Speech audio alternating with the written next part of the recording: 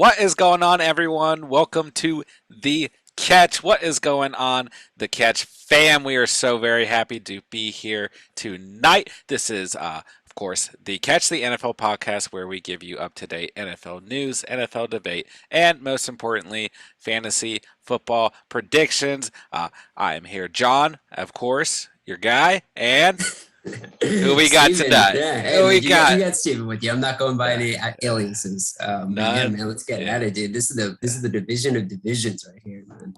The NFC East is the topic of tonight. We are super pumped. Our hometown Washington football team, and the Stevens repping Zeke over there. Yeah. It's all good. All I've got is I do have to admit I had a Chase Young jersey in the shopping cart online.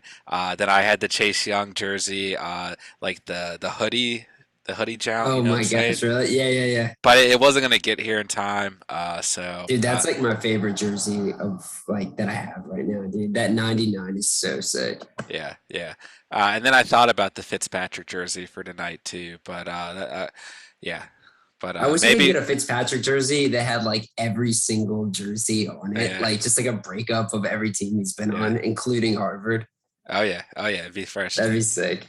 But let's go ahead. Let's cut into some breaking news for the Yeah. week. I think you want to talk a little bit about Michael Thomas and some of the drama around, over there down Mhm. south in New Orleans. So I'll let you dive into that real quick. Yeah, man. Not only is Mardi Gras going crazy, but also I guess the Saints are just going into kind of a spiral here for sure. There's been a lot of drama with Michael Thomas ever since he signed that contract off of that crazy year he had. He's getting in fights with his teammates, kind of just like, had an injury concerns, but they were also like he wasn't really reporting to the team. I guess this recent injury, he was like, he just kind of went like MIA, wasn't like hitting any of the doctors up, and basically could have had this surgery like 3 months ago and then chose to do it right when the season started, which is just like putting the Saints in a bind. There's already some trade rumors starting to circulate about this guy. I think he's just not happy. I think he Yeah. also doesn't want to be on a team that has no real clear quarterback direction. Sure. I could see Sean Payton clearing house here and just getting rid of him because he's not bringing a great culture fit to the future of this team.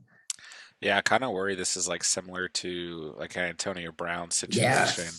That's just kind of what it feels the most similar to over the recent years. But I mean, I think of course he could be a great fit on another team. I think he's an extremely talented receiver. Obviously, I'm a huge fan of Michael Thomas, I but love him, man. obviously we want to see him healthy. We want to see him not having like locker room issues and all that too. So Mhm. um, I definitely think a trade is possible. I mean, I Yeah. definitely do. No, I did too. I Yeah, actually do think there is a probably a better chance than not that he is not a Saint the following season. So I do yeah, think he'll probably suit up for the Saints this year after the injury. But I think yeah. after that, the negotiations are probably going to get more hostile. And I think he's Yeah. probably going to step out. Yeah. Speaking of other hostile situations, my guy Xavier Howard did Yeah. get a restructured deal. So Mhm. That was a I was surprise, right. man. I was right. You were wrong. Just have Yeah. it on record. Well, It's dude, recorded it's the now. Dolphins, bro. It's the Dolphins, Yeah. bro. You're plugged in, bro. You Yeah. got you got Tuba. I mean, you're in Tua his time. DMs every night. So Tua he's telling time. you all the You negotiations. already know. Yeah. You're the Dolphins insider. If anybody was curious, you're the guy. So Darius Leonard got paid this week. I'm sure Yeah, he you're did. happy. I'm sure I'm you're stoked, happy. man. Yeah. Good Colts Long time news. coming. Yeah, no, it was. I Yeah. would say he is probably the best linebacker in the league outside of maybe Fred Warner with the Niners. So they both got massively paid this offseason. But also good news coming out of camp for the Colts, too. I Yeah. mean, potentially Carson Wentz and Quentin Nelson might be suited up week one. I mean, I'm not, cross my fingers, man. If I get him back by week three, I'd be happy. But No, yeah, yeah, I it's good think I'm news. glad you brought that up because that was another thing I was going to throw out here. And we did like a mini special episode on Carson Wentz alone. So, Yeah. but definitely happy to see both of them on the right track. And speaking of those Colts players, my guy Peyton Manning behind me. Hall of Hall of Fame, baby. Famer. It's Yeah. official. Not really big news. Everyone knew that was coming, but Hmm. it was cool to see over the weekend. It was great to watch that Hall of Fame speech as well. So stoked for our guy Peyton as well. Yeah. So The part where he was talking about his dad and the impact his dad had on like kind of his life was definitely a tearjerker. Always good to see my boy go in. oh yeah, Same with Edrin James, dude. The edge, started with the Charles gold Woodson. teeth, Yeah, ended with the gold yeah, jacket. It was a big day for Colts. yeah. Uh, so when do you think Eli will be inducted? I think, just because of that name, I imagine he's going to be, dude, he might be like I second I would ballot. argue I would argue for Eli as a Hall of Famer. No, I think Yeah. he's going to be a Hall of Famer, but I mean, I was just that wondering if you had any pushback. I don't. I think Yeah. if he wasn't a Manning, I don't think he would be a Hall of Famer. I'll say that. But Good topic for another night. yeah, for sure, For for sure, sure. for sure. So before we dive into things here, we do want to give a quick shout out to all of our new subscribers, all the love and support that the channel has been getting the past week or two. We truly do appreciate all you guys helping out, becoming part of the Catch fam. Super stoked just to see all that support out there, and we will continue to push out all the fantasy content as well Hmm. as the our annual The Catch podcast. So we've got a lot coming, a lot planned. We're just taking it day by day, and you guys are along for that ride, and we truly truly appreciate that as well. So we definitely just want to give you guys a shout out, and if you do find that you're enjoying this podcast, go ahead and smash that like button and subscribe for more future content like this, as it really truly does help us out as well. Yeah, no, and I mean, I would just add a quick note too. I mean, obviously, we are very geared on fantasy, especially for the season coming up. I know that's a big concern of a lot of our subscribers. But with that said, too, I mean, if you guys ever want non-fantasy kind of updates or stories or things to go over, also let us know too. We are always happy to dive into that. We're going to be definitely taking a pretty serious look at picks week after week to really try to give you maybe some advantage in terms of maybe if you're placing your bets or if you're doing, whatever, just want to get a good look at the games. We'll certainly be there for you as well. So just keep that in mind too. But it's definitely going to be an exciting ride, and we're getting close to the start of the season. Absolutely, baby, right around the corner. And Hmm. what a better time to bring up the Washington football Yeah, team, man. baby. Yeah, we're Yeah. finally respectable. Oh I yeah, think we are, dude. first year since 1991, right? Yeah, Since I mean, RG3. yeah, I guess since RG3. Yeah. Well, no, don't forget that season with Kirk Cousins against the Packers in the playoffs. Dude, I think even still, even when we were like a decent ball club, Yeah. I didn't have a ton of respect for this team. And I think bringing in Jack Del Rio, bringing in Ron Rivera, and then the culture that they brought to the team, dude, now I actually do like really believe in what's going on with this football team. Riverboat Ron is like that perfect dude just to come in and like remold everything and like start from Yeah. scratch. And like a defensively sound coach, obviously, which Hmm. shows already, but still a coach that understands the offense well enough to where like you're not worried about. There are coaches out there who are clearly offensive or defensive gurus, right? And sometimes they kind of lean on their coordinators, where Ron Rivera has seemed to have that balance, right, where Hmm. he can be a defense-heavy coach, but also not neglect the offense, which we saw with some of those teams led by Cam Newton. But I think this team is really interesting moving into this 2021 football season, 2021 year football season, right? I think that this team has all the offensive pieces that you need. Like, and Oh yeah. I think we're both fans of Ryan Fitzpatrick, like from like a gimmick standpoint, that like we just like rooting for the dude because Yeah. he's fresh as shit and he's got But the beard. he's more than that though too. I Yeah, mean, yeah, and yeah, that's the yeah, point. Is then that's why they brought him in. He's not just a yeah. gimmick. Like I this mean, is a guy last who could have yeah, done it, and he yeah, did do it last year. yeah, last year, like I mean, I get it. Like he still threw 13 interceptions, only to 20 touchdowns, right? Mhm. Um, But like we just didn't see those. Or excuse me, that was 2 years ago. Last year he only threw 8 touchdowns, but only excuse me, 8 interceptions, 13 touchdowns last year. Yeah. But like still, we didn't see those games where he was coming out and just like going wild and just like Mhm. he seemed to be much more sound. And I think that if the Dolphins had allowed him to play more, I mean, I'm They not would have hating. made the I'm playoffs. not hating on Tua going in there, but I was saying like at the same time, like if they had allowed him to play, like he was playing exceptionally well, and I Yeah. think those numbers would have looked a lot better as well because he did only play in 9 games last year. So, um, I think the important thing, like I heard an interesting analogy here, is like uh, when Ron Rivera was coaching the Panthers, right? Like you had Cam Newton out there and everyone's in the offense is leaning on Cam Newton. Hmm. But with like this team moving forward, you have all the pieces offensively as well as defensively, and Fitzpatrick just gets to come in and he doesn't have that like intense pressure on him. He can perform how he performed last year, and this can still be an elite team. You know? Yeah, yeah. I think the thing about Ryan Fitzpatrick too, and why he fits this squad so well, is that the way Washington's built is it's a holistically well built team. I mean, bottom up, the one piece that they are missing is a franchise quarterback. Ryan Fitzpatrick's not the franchise quarterback, but he is a great bridge. And I think the thing about Fitzpatrick is his biggest asset he's always had is his leadership and his locker room presence.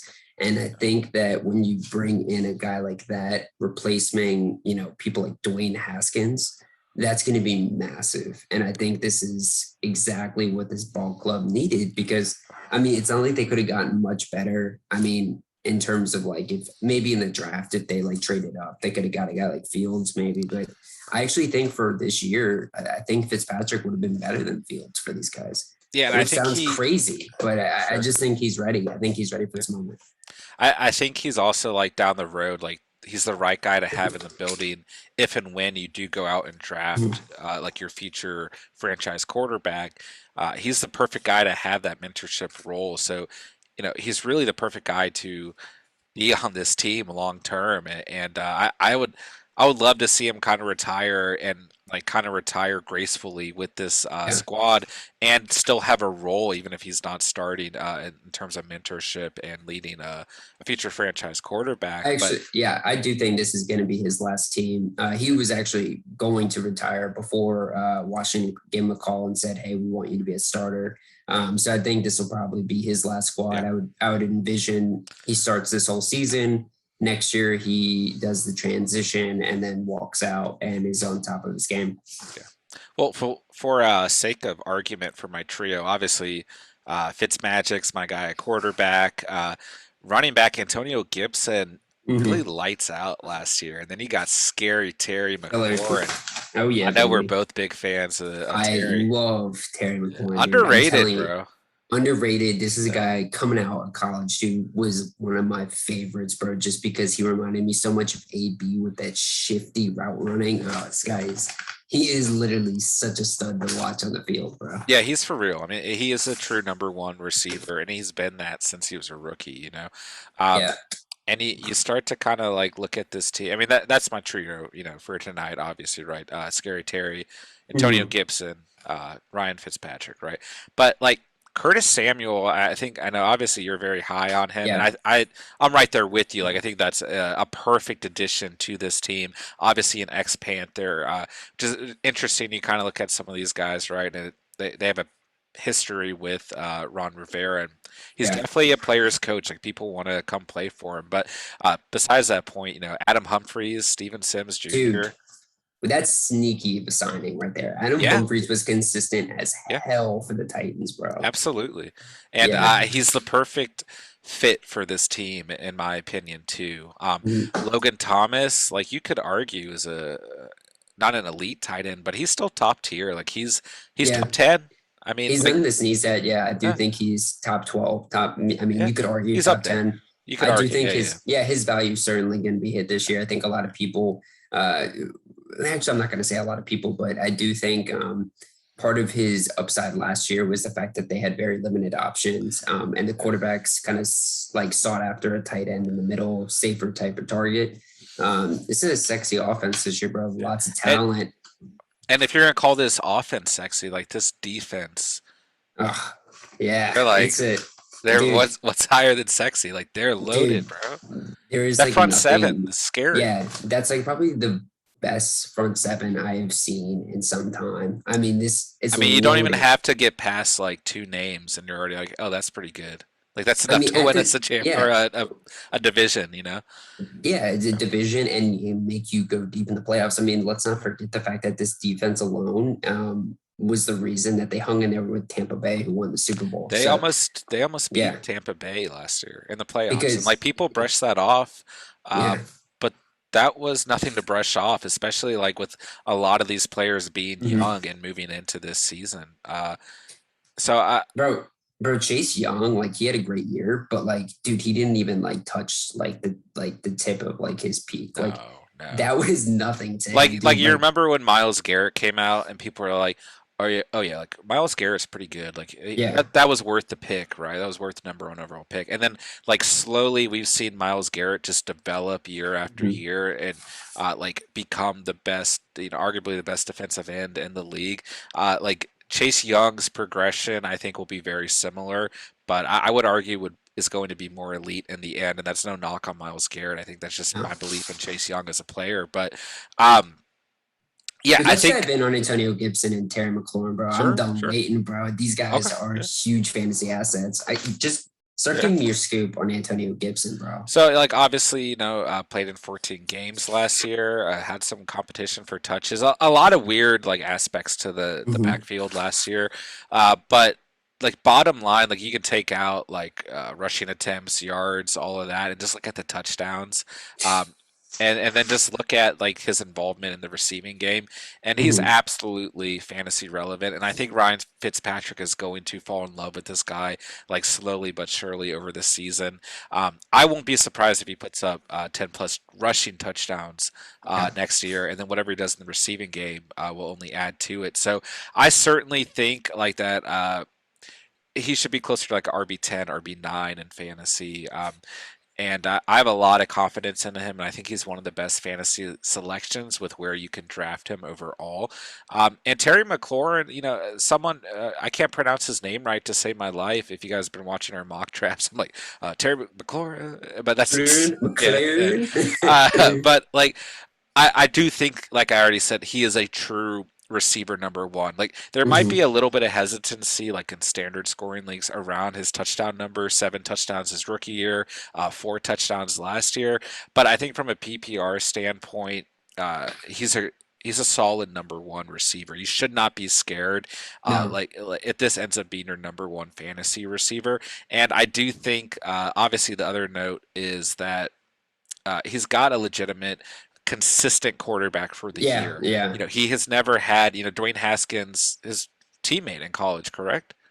Yeah, it Yeah, was. And that's why I thought it was gonna be great yeah, chemistry. That was an yeah. incorrect statement. Sure, but no, I thought the same thing. But like he just hasn't had a consistent quarterback to throw to Hmm. him and someone to really build the chemistry over time. And most of that isn't his fault or anyone's fault; is due to injury. But I think there's good reason to believe that he could score 8 plus touchdowns this year and improve on those reception numbers as well as receiving yards numbers. So I'm super high on both of these guys. I know that you are. I don't know if there's anything that you want to touch on in regards to them.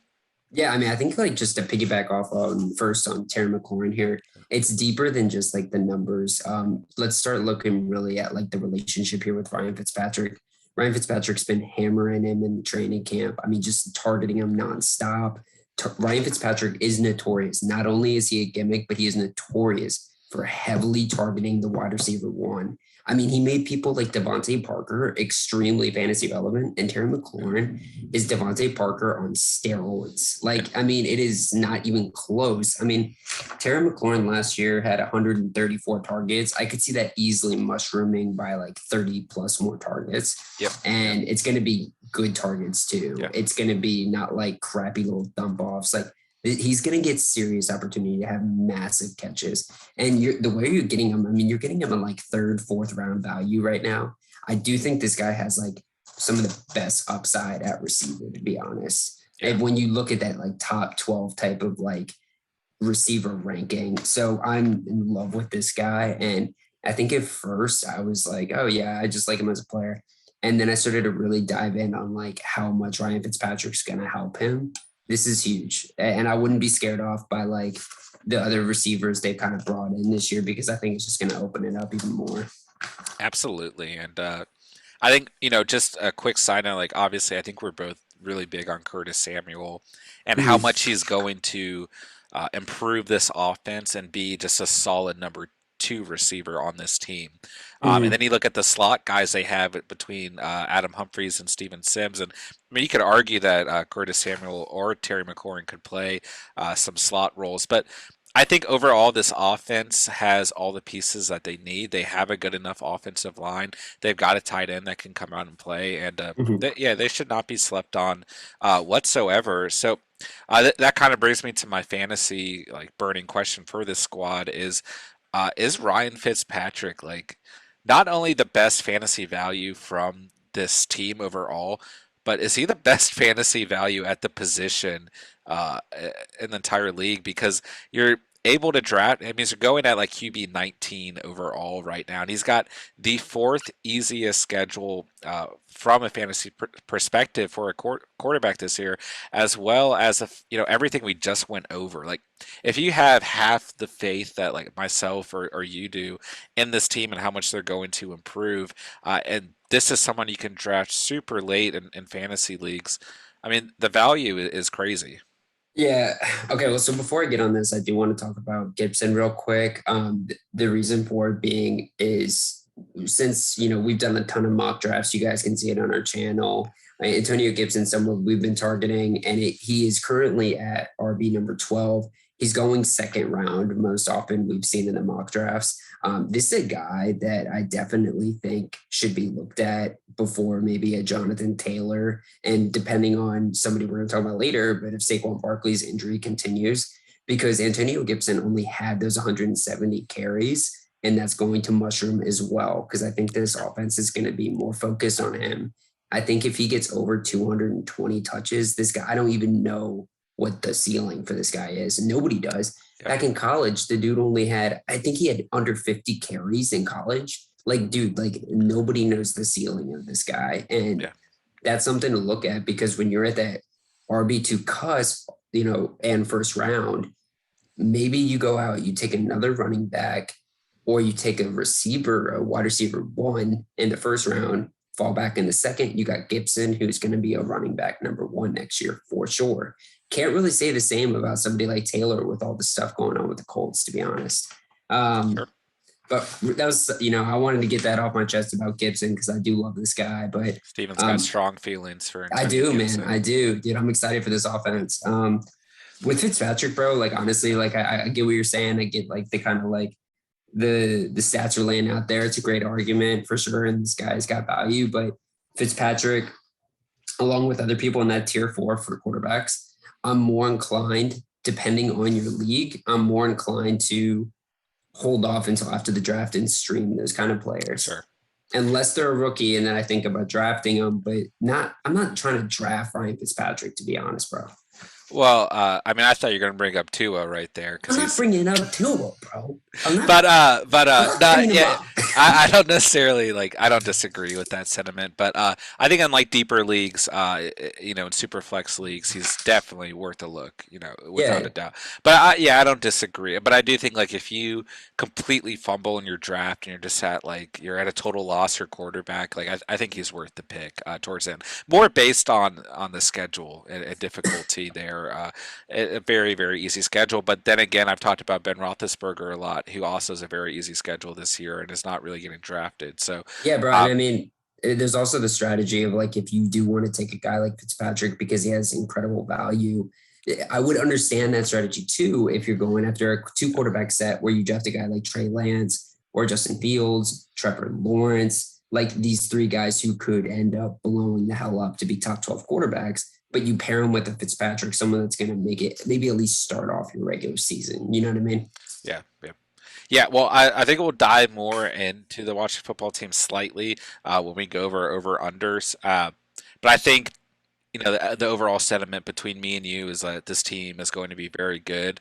Mm-hmm. Speaking for myself, I do think that this team is good enough to win the division, but it all lies on the offense, right? Like, I think everyone agrees that this defense is going to come out and play very, very well this year.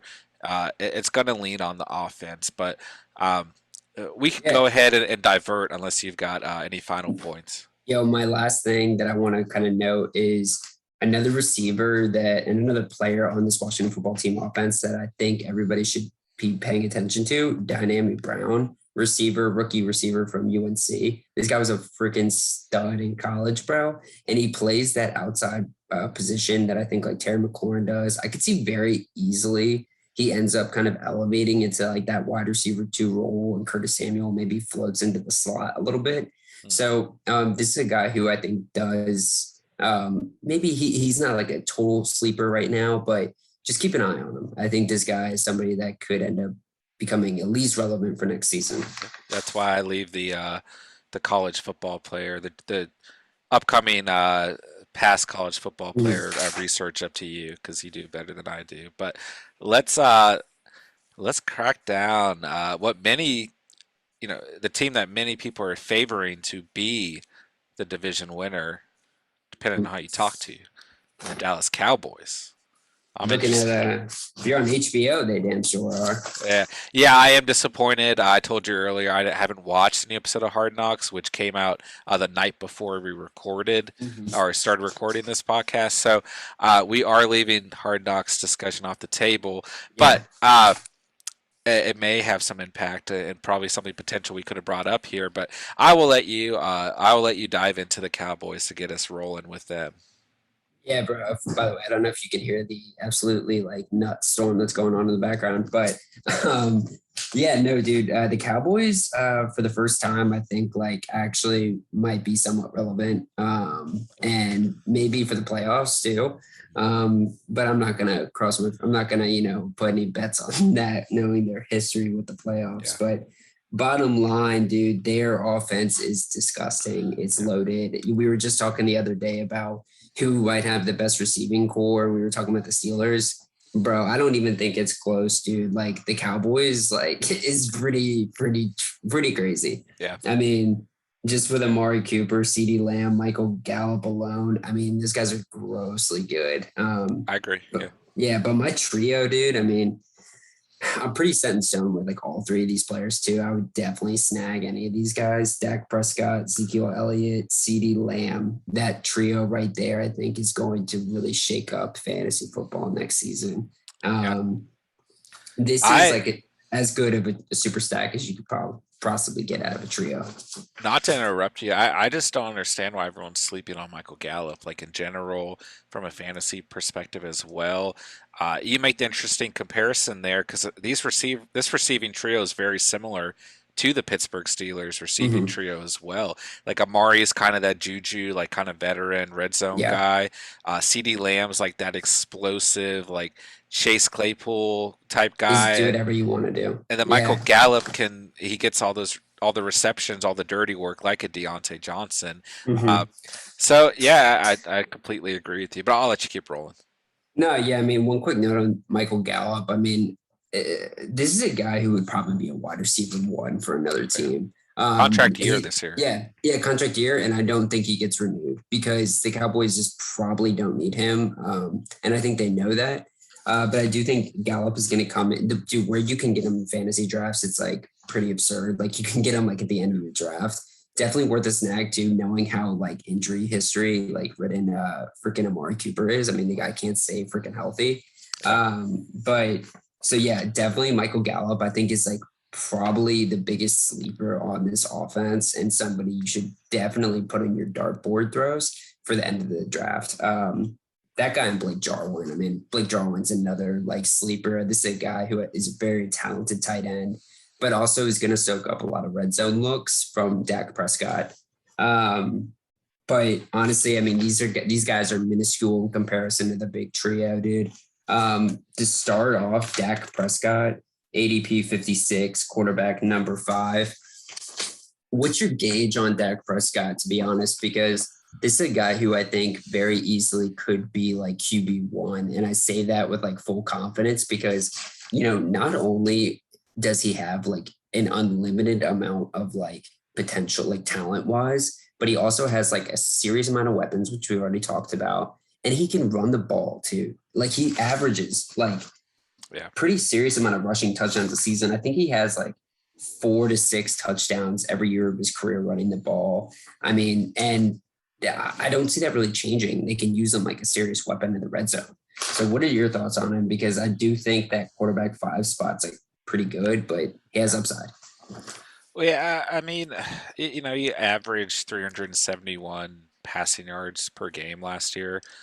They looked very, very good. He threw 9 touchdowns, within Mhm. those 5 games. He just looked to have a different control over the offense. Not that he didn't Yeah. have that before, but in those 5 games he played last year, it was like so apparent that this is the like why were the Cowboys hesitant to pay this guy?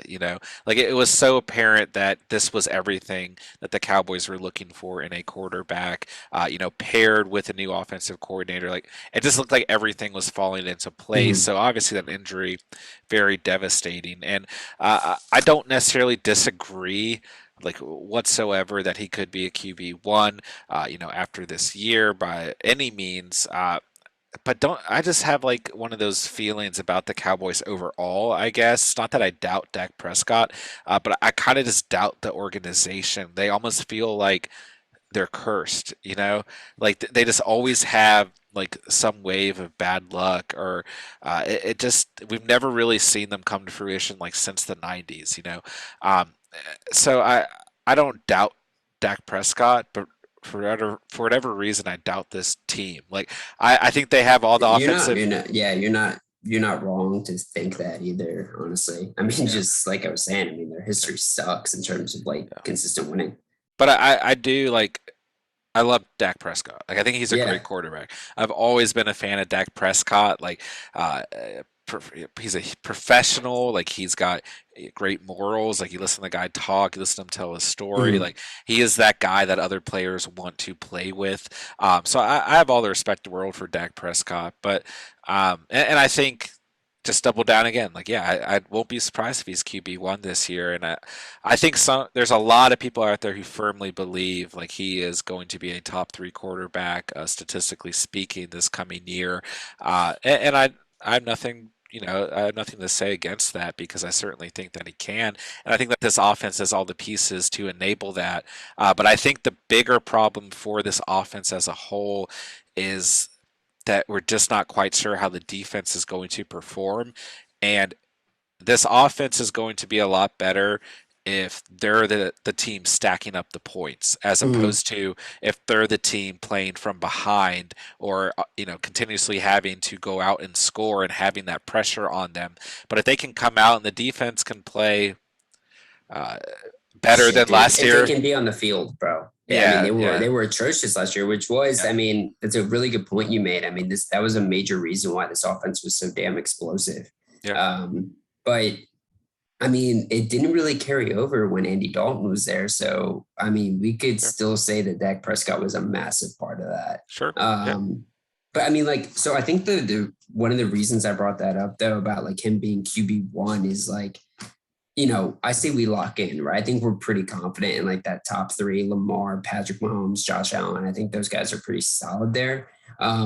But like, would you rather have Dak Prescott or Kyler Murray? I think that's a good conversation to have. I mean, you could most of the mock drafts have done. I feel like you can like comfortably get Dak Prescott in the 4th, but you can get him in like the 5th too. I do think that the last mock draft I did through Yahoo, they actually have now scooted Dak Prescott to number 4, and Kyler down to number 5. They flopped Hard them. knocks So effect, bro. Hard knocks yeah, it might effect. be. It might be for real. But yeah, I think there's more reason to believe in the Cowboys offense than there is Mhm. Arizona Cardinals offense, for example.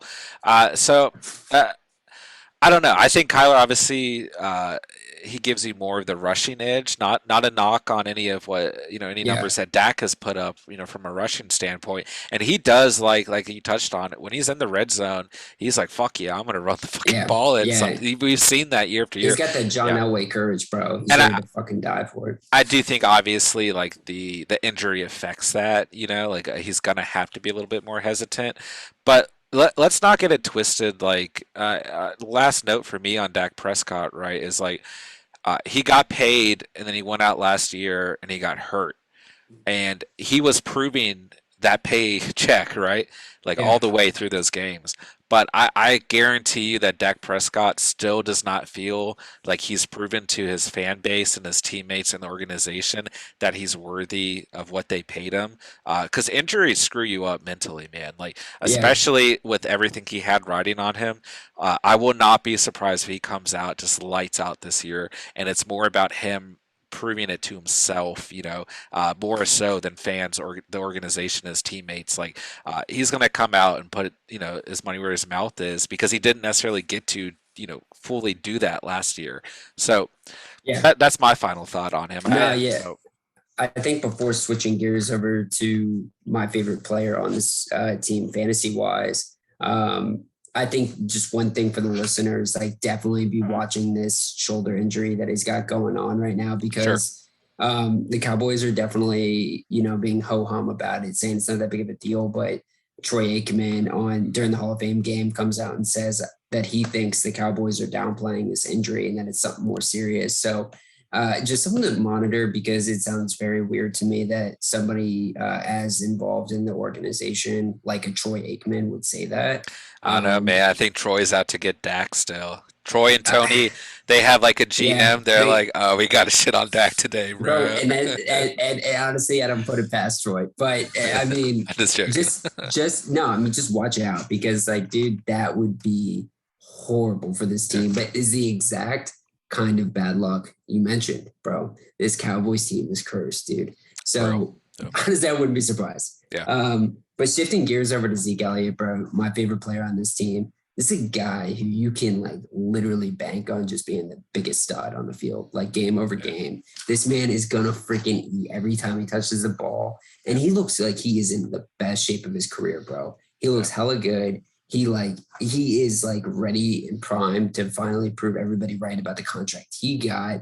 Sure. Shoot, Jerry Jones is like, bro, you making me look stupid because I paid you to be Well, like the best bag ever, bro. yeah. And he's got to put up. I mean, not to like cut you off, but like when you look at last year, like after Dak gets hurt and then you throw Andy Dalton out there and he gets hurt, it's like what did you expect for Ezekiel Elliott to do when every team is just going to come out and stack the box?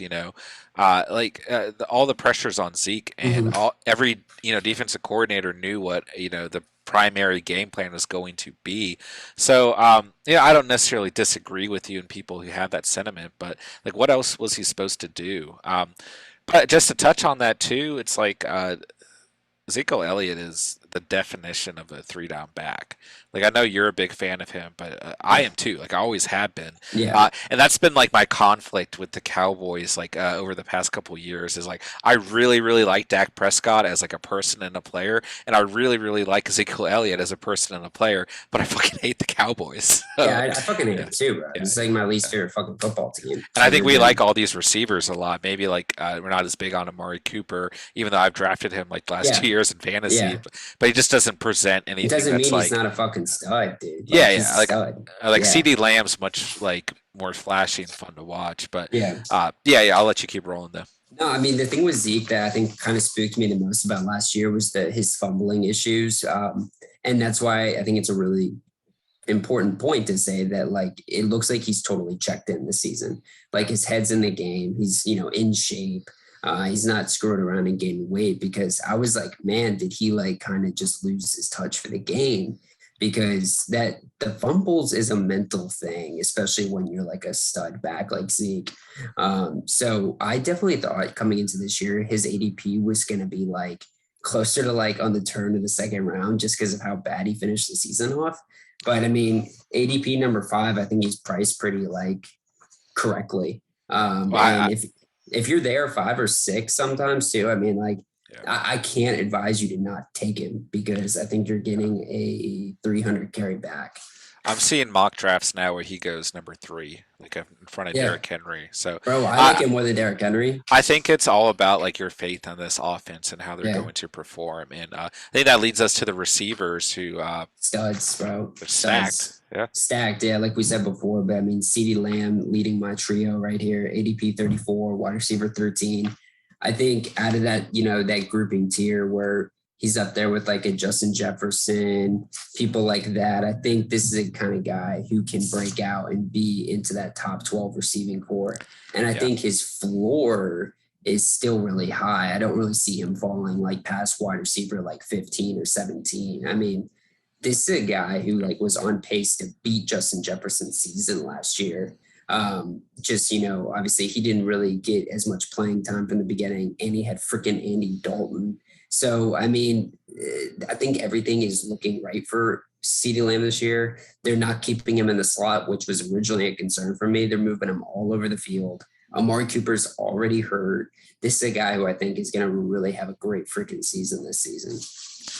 Yeah, I like this receiver room a lot, obviously, which is like the most boring thing I could say right now. But like, what else is there to say? Like we already Some touched fucking on color, them. bro. Give me some fucking Yeah, color, yeah. dude. No geriatric priests around here, right? Yeah, But dude. I think like the big takeaway for this team, to revert away from the receivers for a second is like we kind of touched on already too, is can the defense perform at all? Mm. And if they can, it enables these receivers, it enables Zeke and Dak to have much better seasons.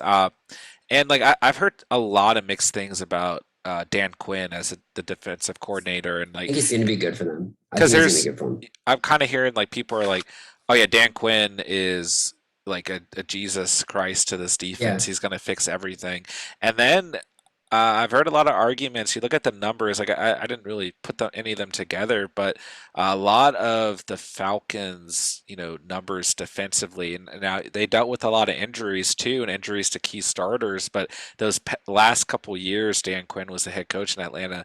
They were very bad defensively, like Yeah. really bad. I think Uh, it's about the identity yeah, and the type of skill group or type of players he tries to put in place. I mean, he was probably a big part of bringing in Micah Parsons to add to that linebacking core, which is already filthy stacked. I mean, he sure. likes to build at the linebacker position. He likes really fast, rangy linebackers with a Yeah. strong cornerback crew. And so the addition of Dan Quinn, I think, for me, more models like the kind of players they're going to try to put in at defense. I think it's going to be great.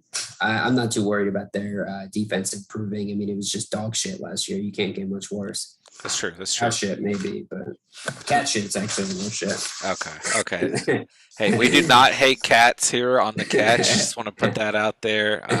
Anyways, let's dive into the New York football team Giants. Is Mhm. that what they call themselves? But before we do that, this is probably like my most important question of the Cowboys Oh yeah, yeah. because I Get think that out this there is too. something we've started talking about more in our mock drafts. Like, Yeah, yeah. is this a team you can comfortably stack 2+ players with? Because in my opinion, I'm cool with taking Dak, CD, Zeke paired. Like, I don't know how you want to pair them. Like, Yeah. I'm very comfortable. I actually think this is probably the easiest team Mm-hmm. to target in terms of building like an overall stack on your fantasy roster. Because you think about it, I mean, the hardest part is getting Zeke or not getting Zeke because of if you don't get a top 6 pick, you're not going to get him. Yeah. Especially I think as week 1 gets closer, I think he will be closer to that number 3, number 4 running back number. But after you get him, you can easily go out and get a CD Lamb. I would say it's risky to draft Amari Cooper and CD Lamb, and I would target Yeah. CD Lamb over Amari Cooper. But I Yeah. think you can easily get one or the other, and then you can go out and you can get Dak, the next 2 rounds, and then Michael Gallup is really easy to get towards Mm-hmm. the end of the draft as well as your boy Blake Jarwin there. So I think it's definitely a strategy worth looking at, and I think it's Yeah. it's absolutely doable. And I think it could be very valuable to This is do my so as favorite well. stack team by far. I mean, that's really all I wanted to hear is I just wanted to confirm my own bias because I do think this is a fucking Yeah. stud roster. And I don't love stacking teams, but this is a team I'm totally comfortable with it. But we Sure. can pivot gears over to the Well, yeah, I'll tell Giants. you But another team that you can definitely go out and stack is the New York Giants. fuck off. Yeah, Oh they my gosh. not that difficult to do so. I mean, Saquon Barkley probably the most difficult. So, what a weird team. Like the main thing right now when I think about the New York Giants is I just think of Kelvin Benjamin like fighting Joe Judge the other week, and I'm like, wait, what? You know? So it's just to me, like there's a lot of people out there that actually do believe in the Giants and them having a good Hmm. season. There's a lot of people that do believe that Daniel Jones can come out and be very good. Like I've heard comparisons to like Josh Allen, and like I don't agree with that whatsoever. I don't, and I don't. There's a lot of people saying like Daniel Jones. Is a really good deep ball thrower, for example. Like he hasn't had the right pieces around him. This is a year he is going to have the right pieces. But Hmm. every time I watch this guy play, I think of like if Eli Manning was 10 times worse. Yeah. Like all those famous clips of Eli Manning, like looking at the camera and his face looks like a 3-year-old or whatever. Uh, Hmm. I all I see is Daniel Jones making that face like on a consistent basis. Um, Yeah. and I personally have like no stock whatsoever in Daniel Jones. Like I when I watch him play, I do not see a good quarterback. Like and I have not seen this team like in any way mesh under him. Like offensively, like we've seen some good defensive performances out of them over the last 2 years. Uh, Hmm. but I just personally, I do not have faith in this team. And like I understand the argument of them bringing in and adding the guys to this offense, but I just don't think it's going to matter. And like my trio for the night, for sake of argument, is Daniel Jones, right? Because he's a starting quarterback, right? Yeah. And then Saquon Barkley, and then I'm rolling with my guy. Kenny Galladay all day, baby. Yeah. Say Yeah. no knock on Sterling Shepard, who I think we'll talk about briefly too. But Daniel Jones, like I think the most interesting thing about him is that in his career he has almost 700 rushing yards in 2 seasons. Do you remember that? Like I don't remember what team it was against where he had that crazy long run and like people And were he fell on his ass. yeah, Yeah. people were going crazy. But to add to that same point, 29 fumbles Yeah. That's in crucial. That's yeah, crucial. and 22 interceptions, to only about 35 touchdowns. He's taken plenty of sacks too, which not all of that is his fault necessarily, but like when you actually look at the Giants' offensive line, it hasn't been great by any means, but it hasn't been a I'm gonna cut you off, bro. I think they got ranked like to be top five worst offensive line entering the season this year. yeah. But I think in the past, like, Yeah. well, I've just heard the argument of people saying like, Yeah. "Oh, it's the offensive line's fault," and Okay. I just don't know if I necessarily agree with that. Like, you can't just look at a quarterback with these numbers and be like, "Oh, it's the offensive line's fault." No, So you can. I And guess it's not that getting better, and it's not going to get no, better. no, So I mean, like, yeah, PFF no, or PPF like did not screw with their team at all, and like, yeah, they did not like the O line. I'm and 100 behind you, dude. Daniel Jones. And that's like a big part of like why I'm not huge on Saquon Barkley either. It's no knock on his talent or what we know he can do, Yeah. but I'm just not sold on the Giants offense. So I don't want to go out and draft Saquon Barkley where he's in the position to get hurt again at how bad this offense is Yeah. overall. And yeah, I've come out and picked Kenny Galladay, and I like Kenny Galladay. Like it's no knock on Kenny Galladay who was hurt, majority of last year, but He's a stud. I don't think he solves the problem. Like No. the Bills going out and getting Stephon Diggs, like yeah, I think that solves your problem. Like I think Stephon Diggs is in a Hmm. very different tier, even before he's taken off with the Bills. What we saw him do with the Vikings, like he has that X factor, right? Like the Minnesota Miracle, like he can go out and make that play, right?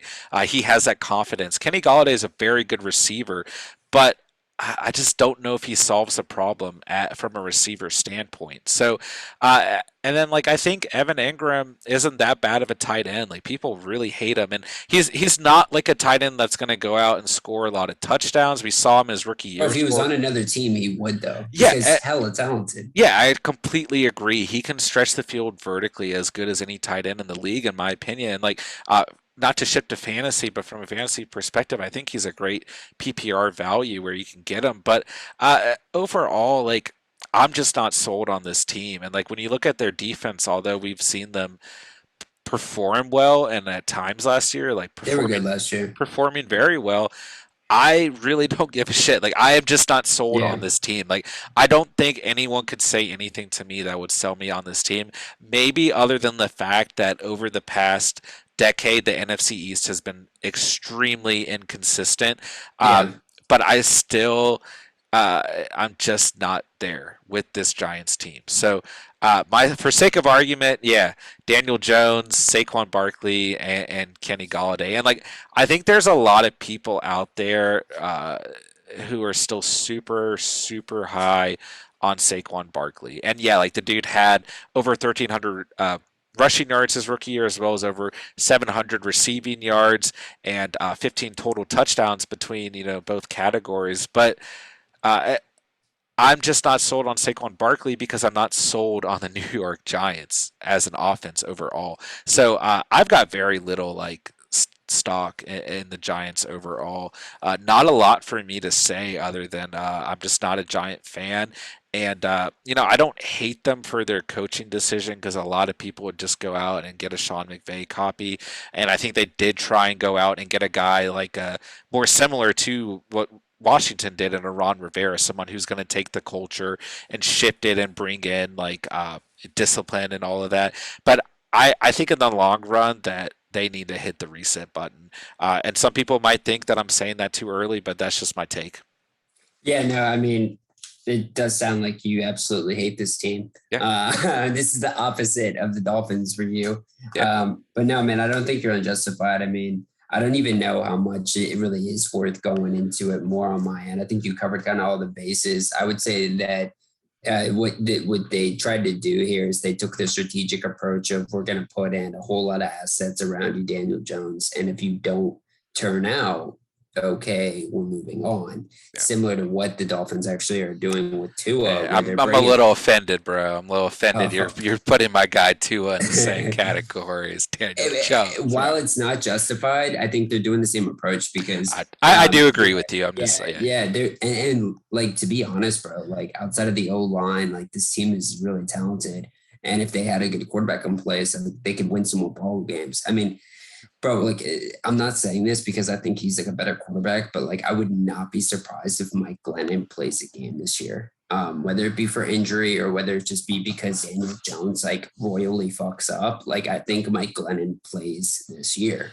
at yeah, some point. And Saquon Barkley, like I think like the fact that he's probably, I mean, he did just get removed from like the pup list, I believe, but you need to really like be kind of wary about taking a guy with your first round pick when there's so many injury concerns around him. And then when he does get back, he's coming back to an offensive line like this, offense like this. And Daniel Jones is going to be incentivized to not dump it off like Eli Manning used to do to Saquon, like back in 2018. Daniel Jones is going to be incentivized to start pushing the ball down the field to these weapons that they brought in, like Davis yeah. Tony, Kenny Galladay. I mean, it's just, I just don't really see the scenario where Saquon Barkley really pays up on the value that you have to get this guy at because you have to get him early. The only time I'm really looking at Saquon is like if I'm at the turn of the first or the second and like 11 or 12, Yeah. because then you're taking the flyer on like one of the most talented backs we've seen in a generation.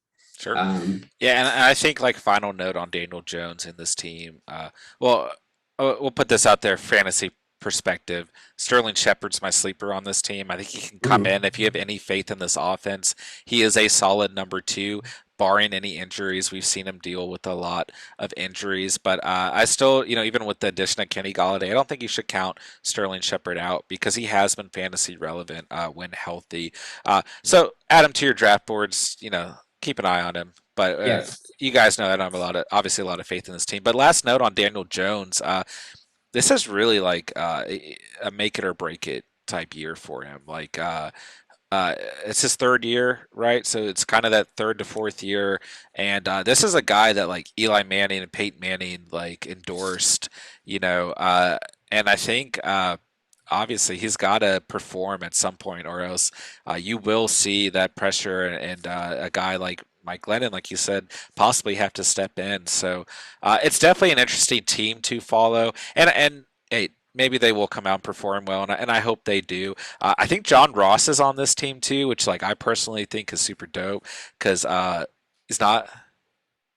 I mean, dude, like it's I just just like, like John Ross. Like if I'm building a Madden team, so I'm like, oh yeah, that's cool. yeah, That no, I he's on mean the that, Giants.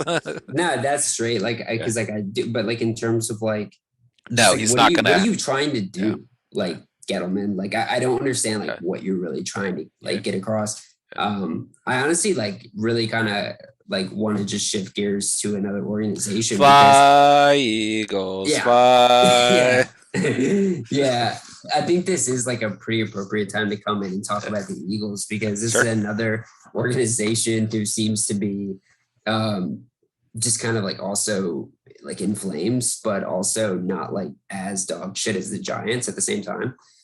Um, the Eagles and the Colts also like are like strangely tied at the hip for the past like decade. It Yeah, seems like we are always neck and neck with draft picks. There's always some weird sort of like, overlap between coaching and like, players. I mean, obviously now we have Carson Wentz, but that's just a little side note as a Colts fan. But hey, Joe Flacco's on this team, baby. yeah, they got Joe Flacco. Joe Flacco. I do personally like. I'll let you roll, into this No, Eagles you're team, straight. but I do personally. I have much more faith in the Eagles than I do the Giants, just personally.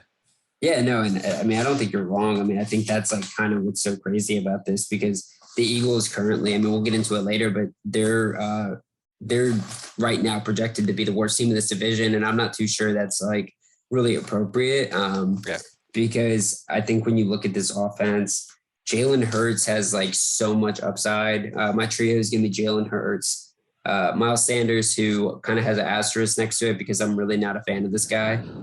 And then Devontae Smith, who also kind of has an asterisk because his injury is a little bit uncertain. But I do sure. think this is by far the best receiver on this team and somebody that they want to force feed. But just to start on Jalen Hurts, this is like probably one of the most excited like about players I am for fantasy and Yeah, also just to watch for next year.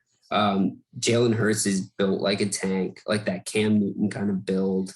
Can also throw it, but he also brings this other intangible asset of like his leadership is like, second to none.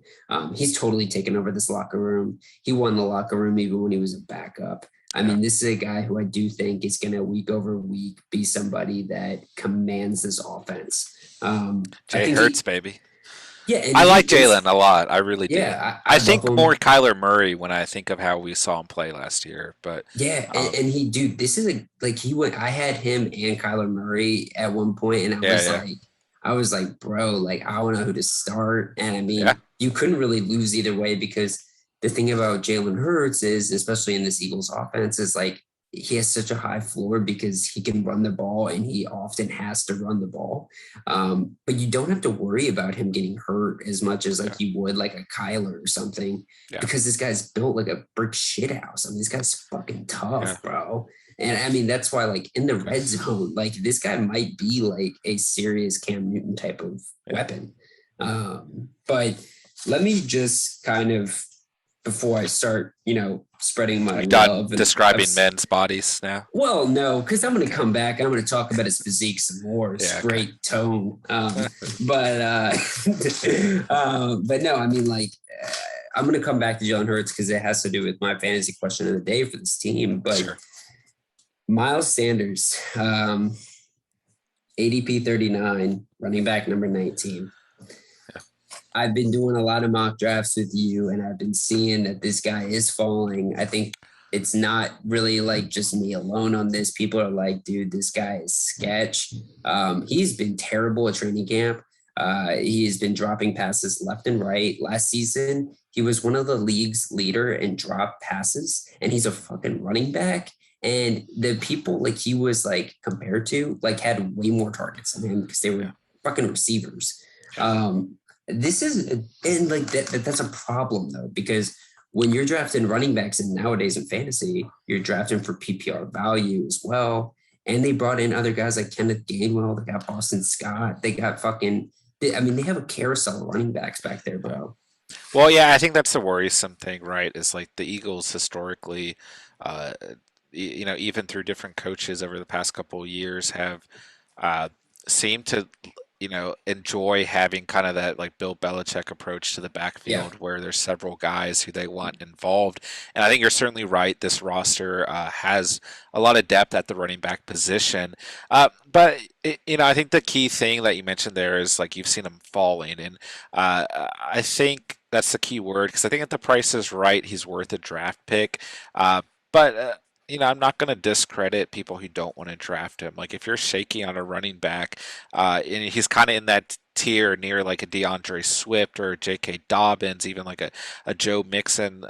So Oh, don't disrespect Joe Mixon like that. okay, Get that name out of your mouth when okay, you compare those okay, guys. okay. But I think another key note is like 63 targets his rookie season, 50 receptions is much better than that of last year where he had 52 targets and 28 receptions. So, Mhm. I mean, I think last year is certainly concerning, and I think anything you're seeing in the offseason, adds to that concern.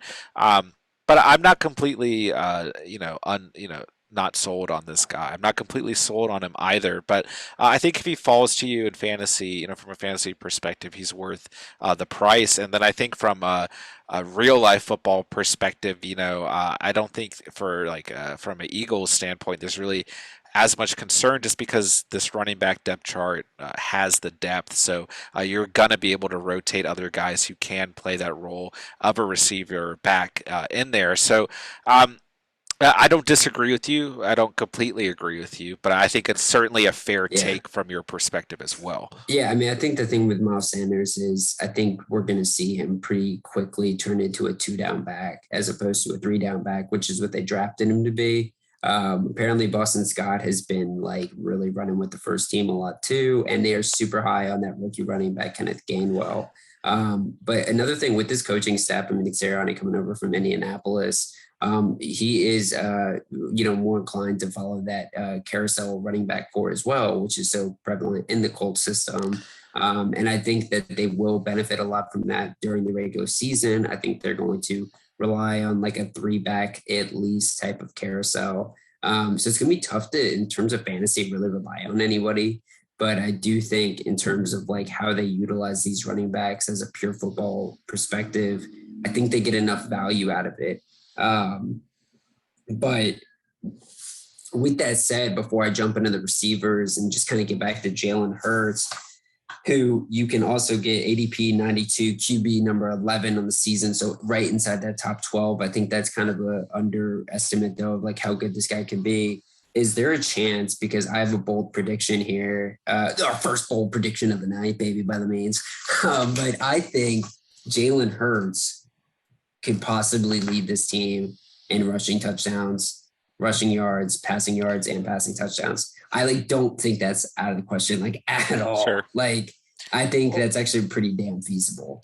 yeah, I mean, like I said, I already view him as like that Kyler Murray type quarterback. Like it's hard to make comparisons to Lamar Jackson because he's, already proven to be historically good, and he's kind of that top tier of the rushing quarterback in the league. Not a discredit to other guys who we know can rush the ball well, like a Russell Wilson or a Dak Prescott, right? But Kyler Murray is kind of that. At least from what we've seen, he's that like lesser version of a Lamar Mm-hmm. Jackson. Although some would argue he can throw the ball better, but that's a topic for another night, right? But I certainly, yeah, I don't think it's too bold of a take, especially from your perspective. If you're not as big, on the RB1 on this team, then I certainly think it makes sense. Yeah, I don't think it's out of the question whatsoever. And I won't be surprised if we see a leap year for Jalen Hurts, even though we obviously know he didn't start last season, didn't play throughout the whole year as well.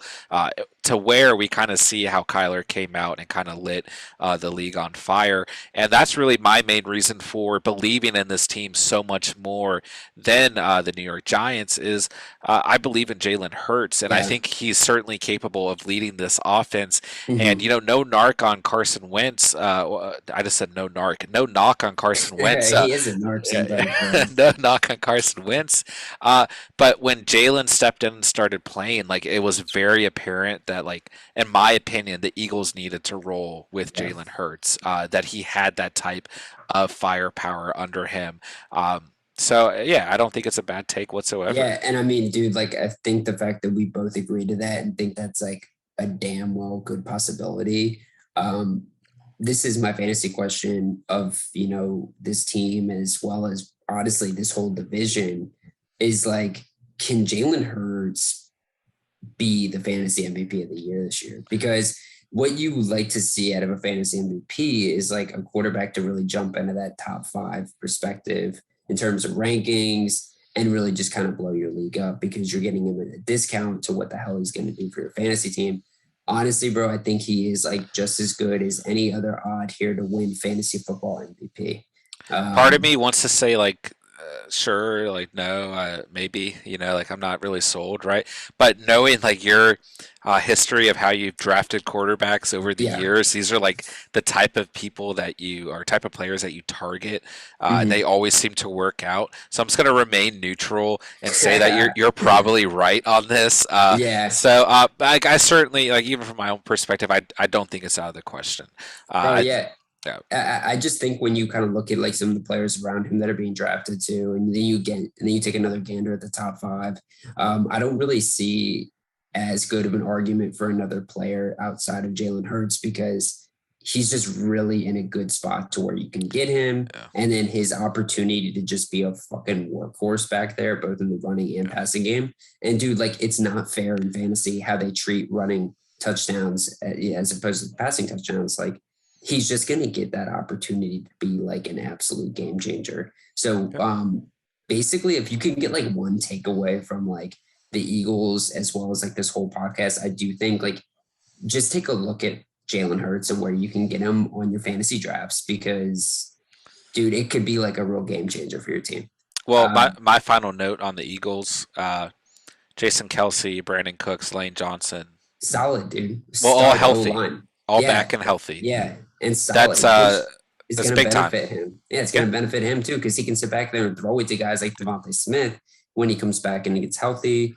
Um, I'm not going to dive too deep in this receiving core, whereas I do think it does have a lot of weapons. I mean, Devontae Smith, Jalen Rager, Greg Ward, Travis Fulgham, let's not forget about him. yeah, yeah, yeah. Yeah, I mean, these are guys that I think are all like pretty good. Jalen Rager in particular from TCU who lit it up over there. I think he's got some serious upside. I've actually taken him in some mock drafts. This is a guy who I think is, I was seeing like some video clips of him making like nasty ass like one-handed catches. I mean, he might be kind of back and healthy and ready to go. So that's somebody I'm going to keep my eye on. But Devontae Smith, I think, just gives you this kind of like once in a generation type of talent at the route running position. Sure. And I think he has a chance to be like an absolute target hog, absolute like catch beast. And his separation ability is like second to none in the NFL right now. Yeah. So somebody to look at. But again, his injury concern is being priced into his fucking ADP right now, bro. I mean, you Well, can get him like literally at the end of the draft. at some point by midseason, we're going to know who the number one receiver Yeah. on this offense is, and it's got to be someone, right? So, Mhm. yeah, I think it's definitely certainly something to monitor. So, uh, let's roll into these over unders, right? Because Yeah. this is a really interesting, according to DraftKings, how they have the over unders projected, at least in my opinion, right? Uh, let's start with the Washington football team. I mean, they're Yeah. actually the second team rated at 8.5 wins this year.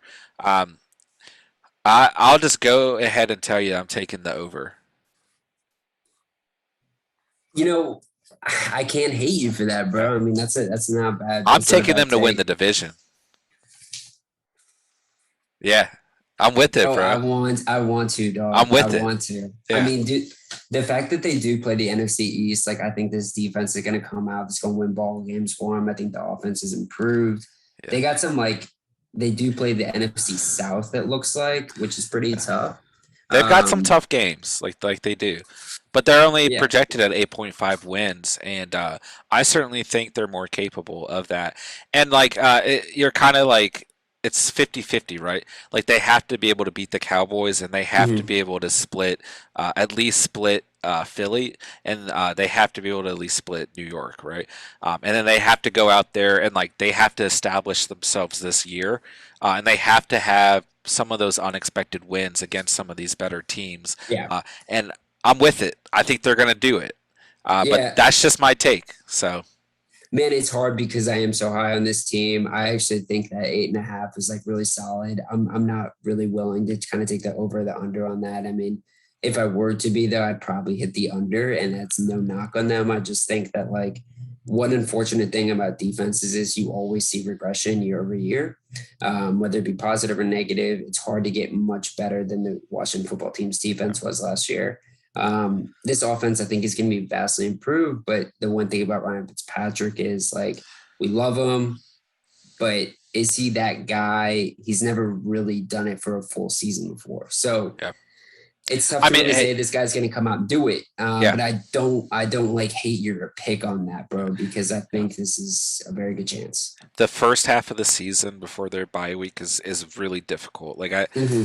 I won't be surprised if they come out and they look more of like a losing team, right? Yeah. But I think over the second half of the season, they are going to start to build that identity, and they're going to be.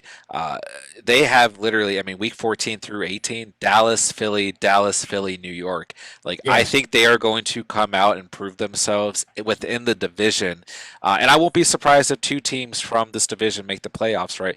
But I think that Mm-hmm. they're going to be an elite team within their division, and I have far more faith in them, over Philadelphia and the New York Giants as a whole. I think it's the interesting thing, right? Is I think we're both sold on Dallas's offense.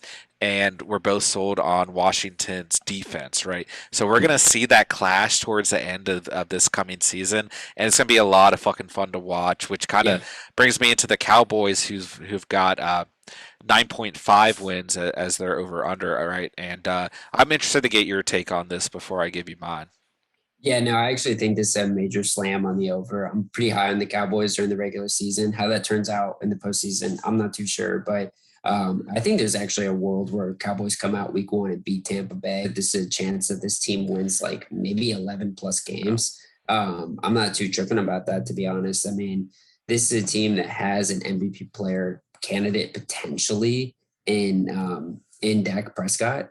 And I think they have kind of best of both worlds in the fact that they can run the ball on any defense and they can also pass the ball on any defense. So it's a major mismatch every single time. But then the major key benefit to why I think the over is going to hit finally with these guys is the fact that this defense is improved, bro. Like this defense has some rangy freaking athletes, a linebacker. Like the combination of Michael Parsons, who's been absolutely lighting it up in training camp, with Van Der Esch is going to be absolutely yeah, disgusting, bro. yeah. That Like, linebacking course, it's no joke. Yeah, dude, Parsons came out Hall of Fame game, got a fumble recovery, bro. And like, he's just so good, dude. Like, yeah, he's so good. I think this defense is going to be actually pretty decent. Like, not fantasy relevant, but like, this defense is going to be good, dog. And I honestly, as much as this pains like me, like I kind of want the Cowboys to be relevant again, bro. Like I'm so sick of seeing these Cowboys fans like, oh, those,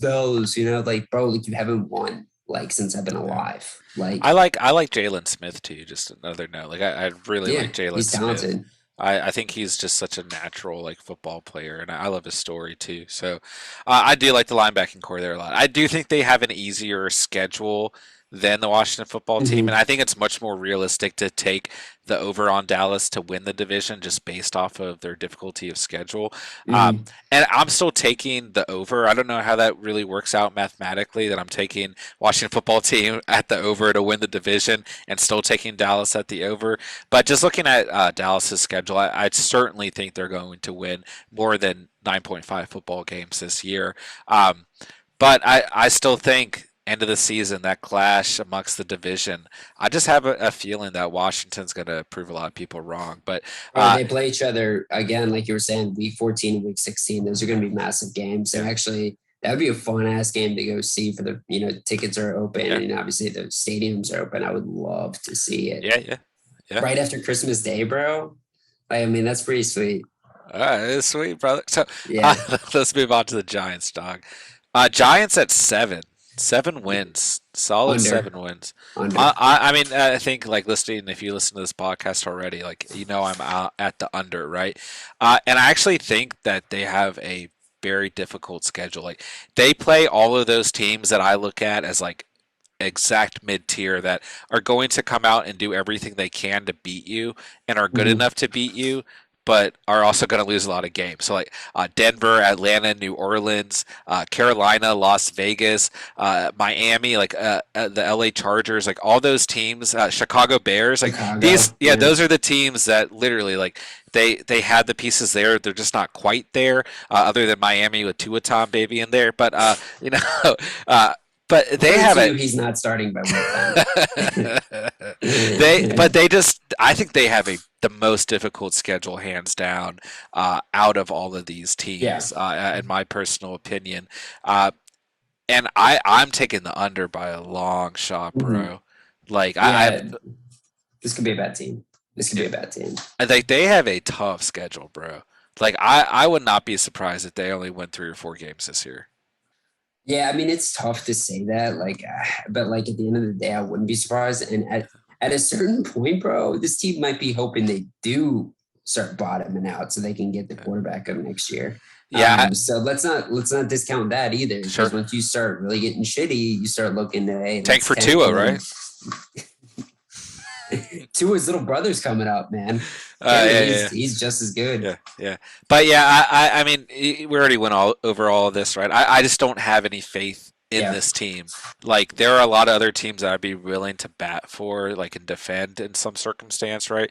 But I don't have any including reason. the Eagles. What are you thinking Yeah. on them? I mean, what we've got them at 6.5. I've got them. I got the over, bro. Yeah, I got the over on that too. Yeah, Actually, I think you for could easily sure. replace that 6.5 with a 7, like the Giants, Yeah. because I think the Eagles, like I was saying, if they really do get a guy like Jalen Hurts, who I really believe in, and I think this team comes out and is healthier. Honestly, like I don't even give a shit. Like Miles Sanders can be just as bad as he always is. This offensive line's finally healthy. I think this, like, obviously this team's still in shambles, but I think all the noise and all the chaos that happened with the front office and how they handled the Carson Wentz thing is kind of clouding like the record that's being predicted here. I'm not Yeah. saying this team's gonna like have any chance to win the division. I'm not saying this is like even an 8-win ball club, but I do think they can beat the 6.5 number, and I think they can come out every single week. I don't care who you are. You better come strapped up to play a guy like Jalen Hurts. And I actually that's can it. see them winning about 8 games this year. I Yeah, think yeah. they I play a mean, lot of those middle of the ground teams as well that I just talked about, and I think they can win some divisional games as well. I don't see them beating teams like Kansas City or Tampa Bay, uh, hmm, but they have a pretty moderate schedule overall, and I won't be surprised if they win about 8 games this year. So yeah, I'll take the over all day. yeah. I look, man. Honestly, basically wrap up this like division here. Like, I think we're both high on all the skill talent here. This is an exciting division year over year. Lots of turnover.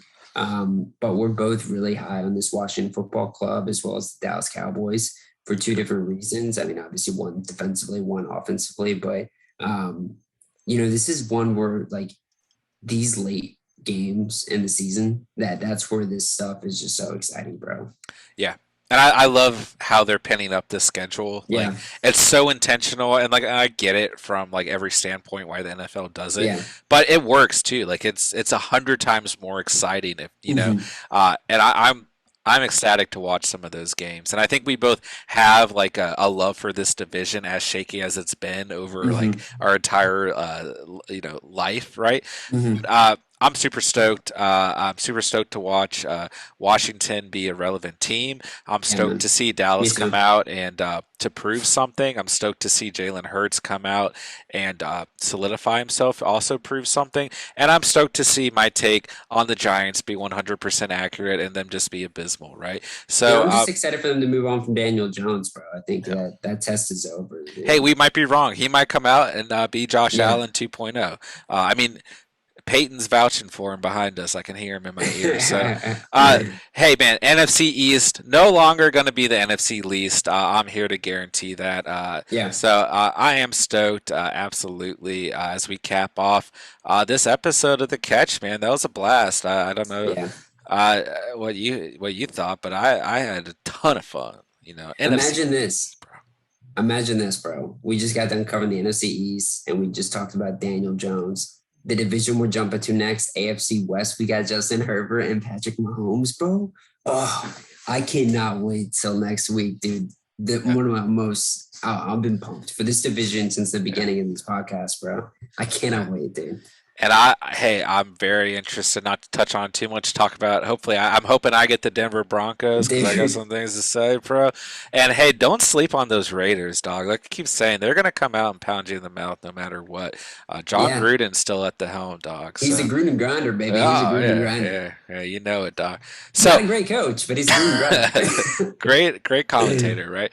Yeah. Anyways, NFC East, you saw it here on the catch. We thank you all so very much for listening and or watching. Truly a big shout out. Mhm. All the love in the world to all of our recent subscribers, anyone dropping comments down below, anyone smashing that like button. It truly does help us out. We are putting a ton of work, blood, sweat, and tears into this podcast, into these fantasy videos. So it does mean the world to Yeah, us. man. So while you're here, go and smash that like button, subscribe for more future content like this, subscribe for more fantasy news, more fantasy videos. It does mean the world to us. Drop a Yeah. comment down below. Any feedback is truly appreciated. How we can improve, what we can do to make this podcast throughout the year more enjoyable for each and every one of you. I thank you very much. I will hand it over to Steven as well. Yeah, I just want to thank y'all too, man. I can't even say enough about you guys over the past week and a half. It's been great. The catch guy fam is really strong, bro. It's I can see it coming out full effect, and we both putting out those fantasy videos for you too, man. So just take a look, and we are going to be punching out content left and right. So keep ready Absolutely. Thank you all again for listening. Remember, you saw it here. on the catch. There you go.